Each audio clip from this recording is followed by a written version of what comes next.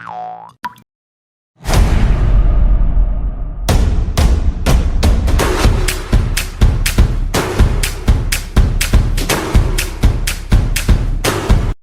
semua, kami dari kelompok 2, saya Nur Aini, saya Rifda, saya Devi, Saya Maisha. Pada hari ini kita akan mewawancarai salah satu pemilik UMKM. Jadi ditunggu aja videonya. Dadah. Halo semuanya. Pada hari ini kita udah bersama dengan salah satu pemilik UMKM. Perkenalkan Pak, nama saya Maisha. Bapak boleh perkenalkan diri dan usahanya apa? Saya Edi, pemilik dari usaha Rumah Bakso Sapi, lokasi di Jalan Ciremai Raya, A1 nomor 4. Oke, langsung aja kita ke pertanyaan pertama ya Pak. Boleh. Menurut Bapak, pandangan Bapak tentang kepemimpinan entrepreneur tuh kayak gimana sih Pak? Pemimpin yang entrepreneur berarti pemimpin yang pasti mau berusaha. Orang yang mau berusaha, mau lagi baik, lagi buruk, ya orangnya tetap berusaha. Oke, langsung ke pertanyaan kedua. Menurut Bapak, seberapa penting kepemimpinan entrepreneur dalam menjalankan sebuah bisnis? Saya rasa penting banget ya, soalnya untuk mengelola tim, melayani pelanggan, memperbaiki produk-produk, menginovasi produk-produk, dan itu sangat penting. Keren banget guys. Oke, yang ketiga, gimana sih cara Bapak menerapkan kreativitas dalam kepemimpinan Bapak? Lebih ke produk branding kali ya, Ya. supaya produknya kan lebih dikenal dari masyarakat. Nggak di Cirebon aja, mungkin bisa keluar, dan itu butuh produk branding yang kuat. Oke, yang selanjutnya, kira-kira ada nggak sih gaya kepemimpinan khusus yang Bapak terapkan dalam bisnis Bapak? Paling bangun hubungan ke karyawan itu, saya pernah belajar juga tentang kepemimpinan yang melayani. Jadi itu ada jurnalnya, mungkin teman-teman mahasiswa nanti juga bisa dilihat, yaitu yang saya terapkan. Jadi melayani pelanggan, melayani karyawan, dan itu sangat penting. Guys, keren banget guys. Oke. Baik, untuk pertanyaan selanjutnya akan diteruskan sama saya. Selanjutnya ada pertanyaan, contoh dari praktik terbaik kepemimpinan yang diterapkan sama Bapak itu seperti apa sih? Contohnya tadi kan pemimpin yang melayaninya, misalnya itu ada karyawan yang sakit, ya saya datang ke rumahnya, tanyakan apa yang dibutuhkan, apa yang bisa saya bantu. Paling itu aja. Selanjutnya ada pandangan dari kepemimpinan transformasional serta berikan contohnya Pak. Contohnya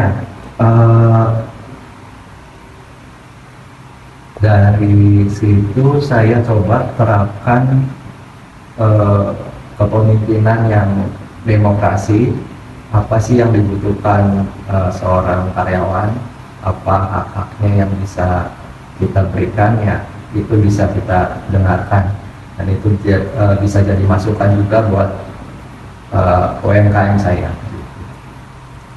Selanjutnya, nomor berikutnya, cara menyesuaikan gaya kepemimpinan dengan situasi yang terjadi. Itu seperti apa? Nah itu tadi ke demokrasi, misalnya ada yang mau keluar, ya saya tanyakan kenapa mau keluar, apa alasannya. Kalau itu memang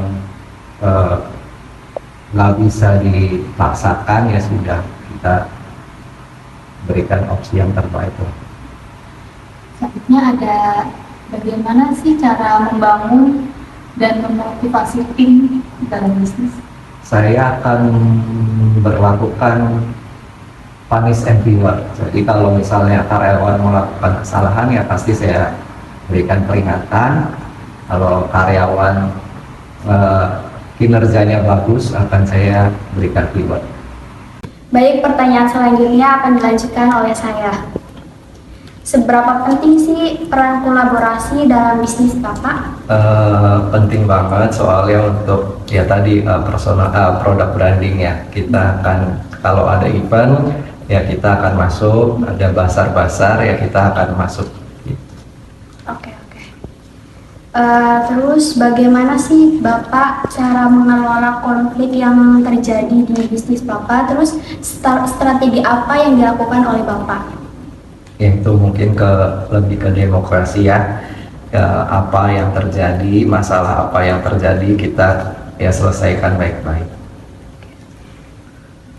Selanjutnya, bagaimana tentang penerapan etika dan tanggung jawab sosial yang dilakukan oleh Bapak kepada karyawannya atau ke diri Bapak sendiri? Selalu memberikan pelayanan yang terbaik buat konsumen, misalnya senyum, menyapa, ya biar konsumen pun merasa senang dilayani.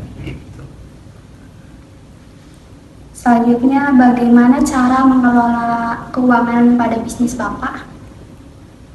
Paling itu sih catat pengeluaran, catat pemasukan, itu aja Pak. Menurut Bapak, seberapa penting dalam menyusun rencana bisnis? Penting banget ya karena bisnis bukan suatu hal yang kecil, hal yang mudah. Kalau kita salah pun ya bukan sedikit uang yang dikeluarkan tapi banyak. Nah, itu butuh perencanaan yang matang. Oke, pertanyaan selanjutnya akan dilanjutkan oleh saya. Bagaimana sih cara Bapak untuk mendorong inovasi dalam mengembangkan layanan dan produk bisnis Bapak, dan contohnya apa sih? Selalu melihat keluar, contohnya sekarang kayak ada varian produk bakso banyak banget. Apa yang bisa saya terapkan ya saya terapkan. Contohnya kayak bakso keju, bakso beranak, bakso dan lain macam hal.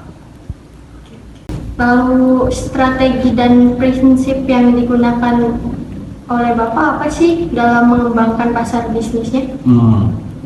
Sekarang kan online lagi menjamur banget ya, jadi mungkin akan ke sana gitu, lewat WA, lewat media sosial. Lalu bagaimana sih cara Bapak untuk mengatasi tantangan dalam krisis bisnis usaha Bapak?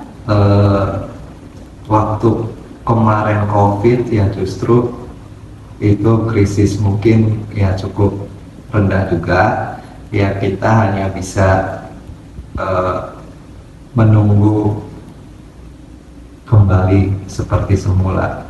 Jadi ya mungkin hanya ya pasrah untuk bisa bangkit lagi. Lalu yang terakhir, bagaimana sih cara Bapak untuk mengevaluasi dan mengembangkan diri Bapak sendiri sebagai pemimpin, dan adakah langkah-langkah yang digunakan untuk terus mengembangkan sifat kepemimpinan yang ada? Paling ikut seminar-seminar kali ya, ikut seminar-seminar, kelas-kelas yang mungkin bisa saya ikuti. Itu aja Pak.